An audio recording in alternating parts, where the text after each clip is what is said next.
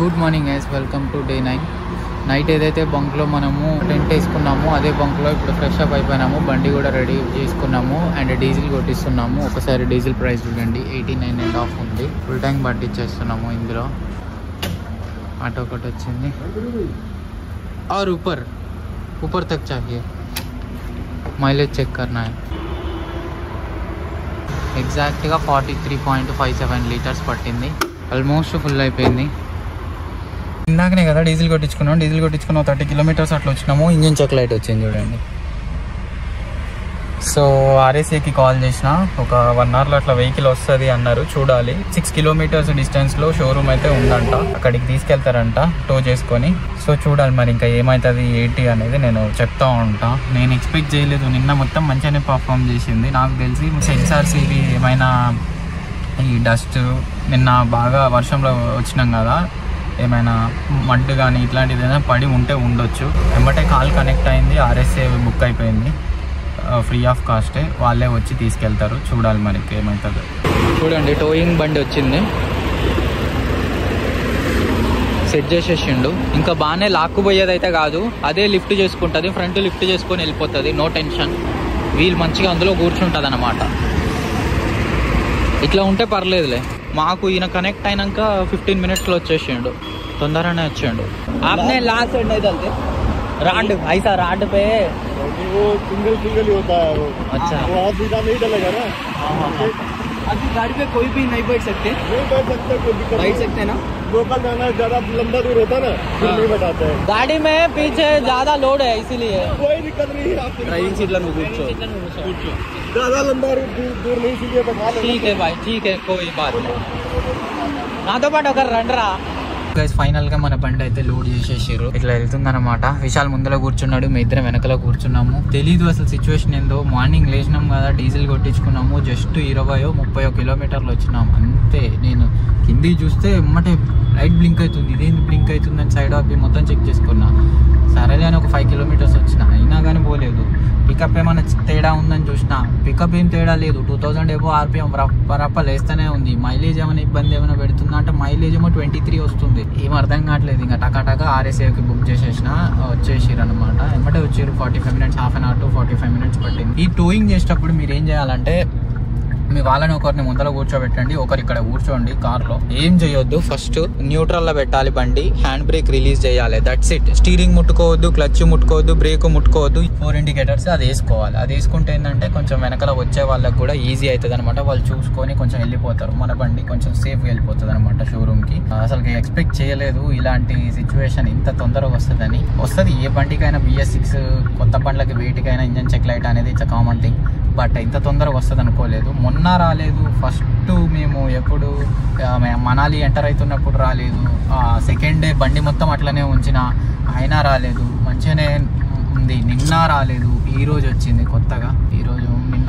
ఈరోజు ఎందుకు వచ్చిందో తెలియదు మరి. ఒకసారి తీసుకెళ్ళి ఓబిడి స్కానర్ పెట్టి స్కాన్ చేస్తే తెలుస్తుంది ఇష్యూస్ ఏంటి ఏందనేది. ఇది ఆర్ఎస్ఏ అనేది ఏ బండికైనా సరే, కియాకి, నేను ఐఎమ్ టాకింగ్ అబౌట్ కియా వచ్చేసరికి 3 ఇయర్స్ అన్లిమిటెడ్ కిలోమీటర్స్ వారంటీ ఉంటుంది కాబట్టి 3 ఇయర్స్ వరకు మీకు రోడ్ సైడ్ అసిస్టెన్స్ ఇట్లా కాల్ చేస్తే మీకు హాఫ్ అన్ అవర్, మీ లొకేషన్ని బట్టి half an hour to 1 hour 2 hours అవుట్స్కట్స్లో ఎట్లా ఉంటాయి మాత్రము వచ్చి వాళ్ళే ఫ్రీగా తీసుకెళ్ళి నియర్ బై షోరూమ్లో వదిలేసేస్తారు అనమాట, సర్వీస్ సెంటర్లో. ఇక వాళ్ళు చూసేసుకుంటారు. ఇది మనకు ఫ్రీ ఆఫ్ కాస్ట్ ఉంటుంది. అండ్ ఇంజన్ పార్ట్స్ అయినా కానీ, ఏ పార్ట్స్ పైన కానీ 3 ఇయర్స్ వరకు వారంటీ ఉంటుంది కాబట్టి అన్లిమిటెడ్ కిలోమీటర్ తట్టు.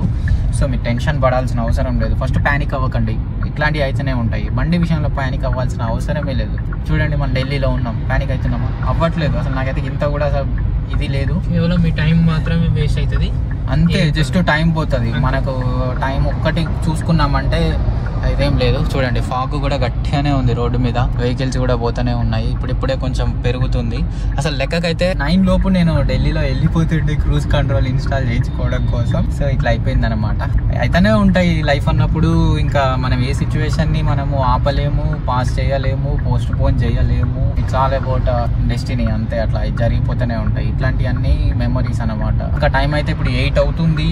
9-9:30కి అట్లా వస్తారు మెకానిక్స్. సో 1.5 1.5 hours మనం వెయిట్ చేయాల్సి వస్తుంది. నో ప్రాబ్లం, మనము ఇంకా బ్రేక్ఫాస్ట్ చేయాలి, ఫ్రెష్ అప్ అయ్యి చాలా పనులు ఉన్నాయి కాబట్టి చిన్న టైంపాస్ చేస్తే వాళ్ళు వచ్చి స్కాన్ చేసి ఏంటి ఇష్యూ ఏంటి అనేది అప్పుడు నేను అప్డేట్ ఇస్తాను మీకు ఏంటనేది.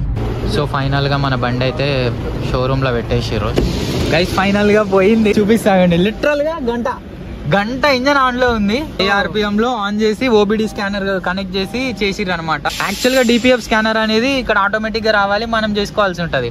ఇది రాలేదు, రాకుండా ఇట్లా ప్రాబ్లం క్రియేట్ చేసింది. ఇప్పుడు చూడండి, ఇగ్నిషన్ కొడతా చూడండి, చిన్న ఎర్రర్ కూడా లేదు, అన్నీ పోయినాయి.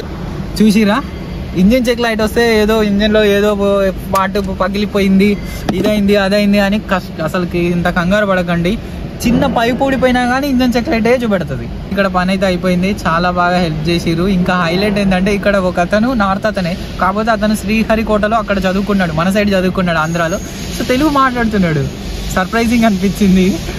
ఇక చాలా బాగా రిసీవ్ చేసుకొని మంచిగా దగ్గరుండి మొత్తం కంప్లీట్ చేయించిండు. ఆయనకి థ్యాంక్స్ చెప్పుకోవాలి. అండ్ ఇది షోరూమ్ వచ్చేసరికి లెగసీ కియా అనమాట, హర్యానాలో సోనిపత్ సిటీ అనమాట. కరోల్ బాగా వెళ్ళాలి. అండ్ వీళ్ళే చెప్తున్నారు మీరు క్రూజ్ కంట్రోల్ ఇన్స్టాల్ చేయించుకోండి, ఎందుకు ఇన్ని రోజులు క్రూజ్ కంట్రోల్ ఇన్స్టాల్ చేయించుకోకుండా తిరుగుతున్నారు అని అంటున్నారు. సో క్రూజ్ కంట్రోల్ ఒకటి ఇన్స్టాల్ చేయించుకుంటే ఇంకా మొత్తం సెట్ అయిపోతుంది. మనం షోరూమ్ నుంచి స్టార్ట్ అయినాక 13 కిలోమీటర్స్ వచ్చినాము. మైలేజ్ 23 అట్లా చూపిస్తుంది, ఇన్స్టాంట్ మైలేజ్. సో ప్రెసెంట్ అయితే ఏమీ లేదు, అంత బాగుంది. ఇప్పుడు ఫీల్ ఎలా ఉందంటే బండి కొత్త బండి తోలుతున్న ఫీల్ ఉంది, టు బి ఫ్రాంక్.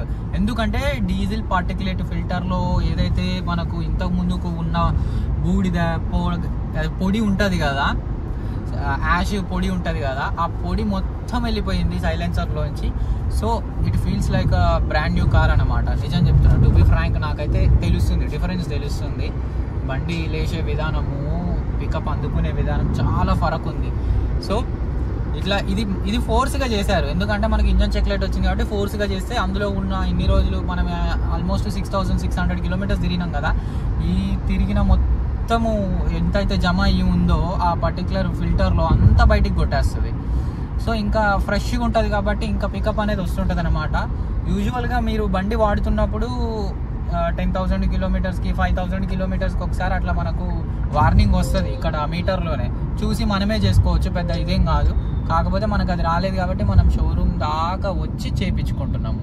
సో ఫైనల్గా మనం ఢిల్లీకి కూడా వచ్చేసినాము. వీళ్ళ రెస్పాన్స్ అయితే చాలా బాగుంది కియాలో మాత్రము. నేను ఇంతగానో ఎక్స్పెక్ట్ చేయలేదు. వెంటనే అసలుకి ఇట్లా కంప్లైంట్ రిజిస్టర్ చేసిన ఒక హాఫ్ అన్ అవర్లో బండి వచ్చింది, కొట్టింది, తీసుకెళ్ళింది, ఆడబెట్టింది. ఆడబెట్టిన హాఫ్ అన్ అవర్కి వాళ్ళు వచ్చిర్రు, మెకానిక్స్ వచ్చిర్రు, OBD కనెక్ట్ చేసిర్రు, దాని చేస్తూనే ఉన్నారు ప్రాసెస్ అనేది. మార్నింగ్ నుంచి మొత్తం ఢిల్లీలో తిరిగి ఇప్పుడైతే వచ్చేసినాము. మన బండికి క్రూజ్ కంట్రోల్ ఇన్స్టాల్ చేపిస్తున్నాము.